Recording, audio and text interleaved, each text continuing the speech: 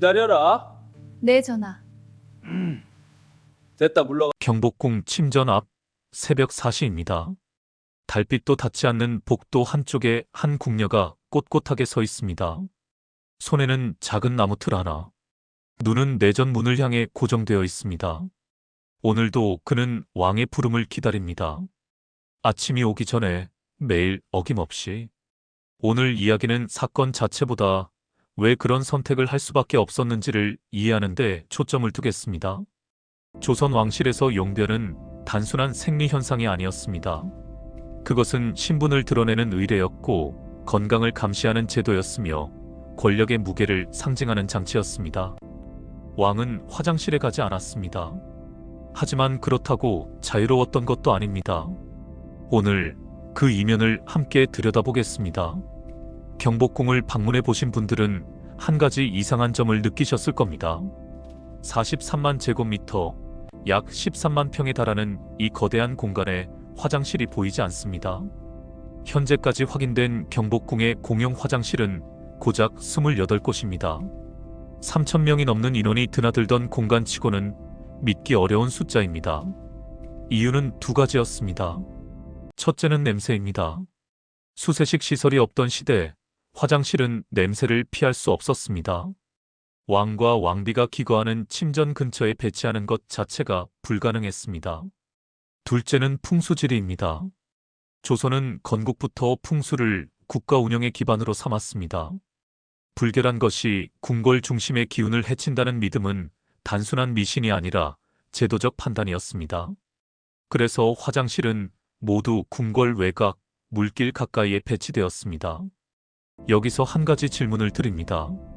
이것이 단순히 위생과 미신의 문제였을까요? 아니면 신분 질서를 공간으로 표현한 것이었을까요? 왕과 왕비에게는 화장실이 필요 없었습니다. 대신 매화틀이 있었습니다. 사각 나무 틀에 붉은 비단을 댄 이 이동식 변기는 오늘날 기준으로 보면 단순한 도구입니다. 그런데 이름을 보면 생각이 달라집니다. 조선 왕실에서 왕의 눈물은 옥누라 했고 왕의 침은 옥체라 불렀습니다. 배설물에는 매화라는 이름을 붙였습니다. 매화 향기가 난다는 뜻입니다. 왕의 모든 것에 아름다운 이름을 붙이던 왕실의 언어 관습이 여기에도 그대로 적용되었습니다. 매화틀 바닥에는 매추라하는 잘게 썬 여물이나 짚을 미리 깔아두었습니다. 냄새를 흡수하고 처리를 쉽게 하기 위함이었습니다. 용변 후에는 배 모양의 구리 그릇을 서랍처럼 빼내고 뚜껑을 덮었습니다. 이 모든 과정은 단 한 번도 왕이 직접 하지 않았습니다. 매화틀을 담당한 궁녀를 보기나인이라 했습니다.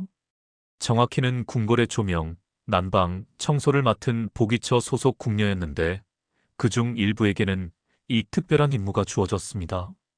보기나인은 왕의 부름이 있을 때까지 침전 근처에서 대기했습니다. 부름이 오면 매화틀을 들고 달려가고 다른 궁녀들이 사각 휘장을 둘러쳤습니다. 왕은 그 안에서 용변을 마쳤습니다. 보기나인은 구리 그릇을 조심스럽게 빼내 뚜껑을 덮고 이번에는 내의원으로 이동했습니다. 이 일은 24시간 대기를 전제로 했습니다. 겨울 새벽도 한여름밤도 예외가 없었습니다. 지위는 낮았지만 실질적으로는 왕과 가장 가까운 거리에서 가장 은밀한 순간을 함께한 사람들이었습니다. 만약 여러분이라면 이 자리를 영광으로 받아들였을까요? 아니면 또 다른 종류의 구속으로 느꼈을까요? 보기나인이 내의원으로 간 이유는 단순한 처리가 아니었습니다. 내의원의 의관들은 왕의 배설물을 직접 검사했습니다. 색깔, 형태, 상태를 확인하고 경우에 따라서는 직접 맛을 보았습니다. 이것이 당시 가장 정확한 건강 확인 방법이었습니다.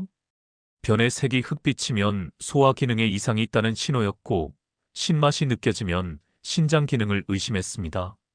승정원 일기에는 왕의 배설물 상태가 정기적으로 기록되어 있으며 이를 근거로 어이들이 처방을 조정한 사례가 여러 차례 남아 있습니다. 왕은 나라에서 가장 높은 자리에 있는 존재였습니다. 하지만 가장 사적인 순간조차 국가의 기록으로 남겨졌습니다. 이것을 특권으로 봐야 할까요? 아니면 끊임없는 감시의 연장으로 봐야 할까요? 여기서부터는 인물보다 구조를 정리하면 훨씬 선명해집니다. 지금까지 등장한 개념을 정리하겠습니다. 매화틀은 왕과 왕비, 대비만 사용할 수 있었습니다. 복인아이는 그 과정을 전담한 궁녀입니다. 내의원은 왕실 의료기관으로 왕의 배설물을 건강검진의 수단으로 활용했습니다. 전연사는 궁궐 청소와 위생 전반을 담당하는 부서로 왕비의 배설물은 이쪽에서 바로 처리했습니다. 왕의 경우에만 내의원을 거쳤다는 점, 이것도 당시 왕과 왕비 사이에 엄연히 존재하던 위계를 보여줍니다. 왕과 왕비 외에 궁녀 500여 명 내시, 군인, 출입 관리들은 28개의 공용 화장실을 사용했습니다. 위치는 궁궐 가장 외곽이었고 침전에서 걸어서 상당한 거리였습니다. 궁녀들에게는 엄격한 규칙이 적용되었습니다. 화장실은 반드시 3명 이상이 함께 가야 했고 이를 335 규칙이라 불렀습니다. 이유는 2가지였습니다. 밤에 혼자 다니다 생길 수 있는 안전 문제, 그리고 금지된 행동을 서로 감시하게 하는 목적이었습니다. 화장실 안에서 대화를 나누는 것도 금지되었고 용변 후에는 반드시 콩가루를 뭉쳐 만든 조각이라는 세정제로 손을 씻어야 했습니다. 겨울에는 규칙과 현실 사이에 간극이 벌어졌습니다. 영하 10도 이하의 새벽, 멀리 떨어진 화장실까지 가는 것은 고역이었습니다. 그래서 요강 사용이 비공식적으로 묵인되었습니다. 다만 아침에 반드시 비우고 씻어야 했고 이것을 게을리하면 엄한 벌이 따랐습니다. 화장실이 이 끝에 있다더니. 아, 저기구나. 조선 왕 중에는 단 한 명의 예외가 있었습니다. 광해군입니다. 그는 매화틀 대신 직접 화장실을 사용하겠다고 고집했습니다. 신하들은 왕의 채통에 맞지 않는다며 강하게 반대했습니다. 광해군은 뜻을 굽히지 않았습니다. 이것은 단순한 고집이 아니었습니다. 광해군은 중리배교, 실리적 대명관계, 대동법 논해 등 여러 면에서 기존 질서에 의문을 제기했던 왕이었습니다. 화장실 문제도 그 연장선에 있었습니다.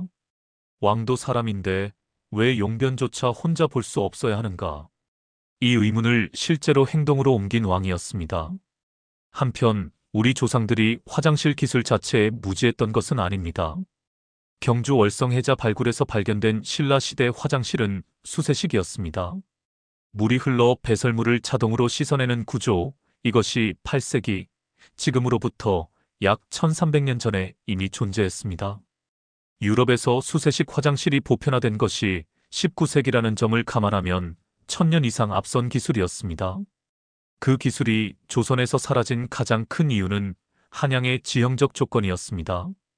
경주는 형산강 주변이라 물이 풍부했지만 한양은 산기슭의 내륙 분지였고 궁궐까지 물을 끌어오는 것이 현실적으로 매우 어려웠습니다.